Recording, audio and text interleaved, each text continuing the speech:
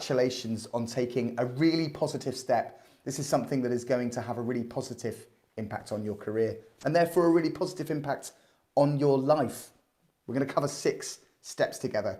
The first step is going to be a bit of self-exploration, a bit of self-examination.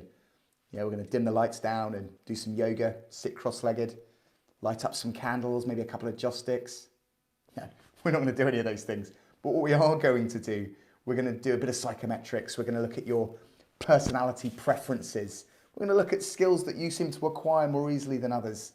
And we're going to examine how those feed into your job and your career choice. It's probably the most interesting part of the process for me. We're then going to go into the job hunt itself. We're going to look at, yes, where jobs are advertised and how companies hire, but we're going to look more deeply at the hidden jobs, the less obvious source of jobs and how you can access and get yourself in front of companies that you might not realise were hiring. I'm also, at the end of that step, going to delve deeply into how you're applying for a job, and I'm going to get your application to interview hit rate as close to 100% as I can. Assuming you then have scored an interview by following my wonderful advice and guidance, we're going to then look at the pre-interview research that you conduct ahead of an interview. And you probably think you've got that already. You probably think you know how to do pre-interview research, but you don't. I'm going to send you in really, really well armed. From there, we then move into step 4, which is going to be anticipating and understanding the questions that you're most likely to be asked. I've done thousands of these. There really aren't that many questions that can come up.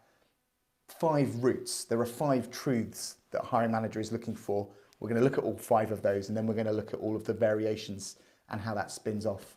But because there's only 5 truths thereafter, you only really need 5 or 10 decent answers that will cover 80% of what's covered in the interview.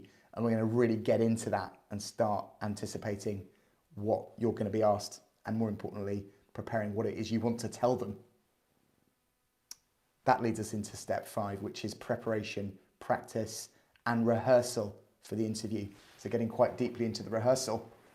And that looks not just at the information that you want to get across in the interview, it's going to go deep into your mental preparation. Did you know that the mental state you go into the interview with will have a bigger impact on the outcome than what you actually do in the interview? So if you can go in feeling good, feeling positive, that's almost half the game here. And we're going to cover that in the preparation, practice and rehearsal stage in step 5. And we're going to look at some things as well, like the clothes you're wearing and how you're doing, how you're presenting yourself. Yeah, maybe I shouldn't need to do that, but experience tells me that I probably do. That takes us then into step 6, which is the interview itself. We're going to look at face-to-face, across the desk interviews. We're going to look at video, telephone interviews, group assessments, and we're going to look at the format and ensure we're as prepared and ready to capitalise on the advantages each of those gives us. At the end of this, you're still going to be you. This is nothing, this is all about being you. This is about authenticity, being genuine. But it's you on a good day, the best possible version of you.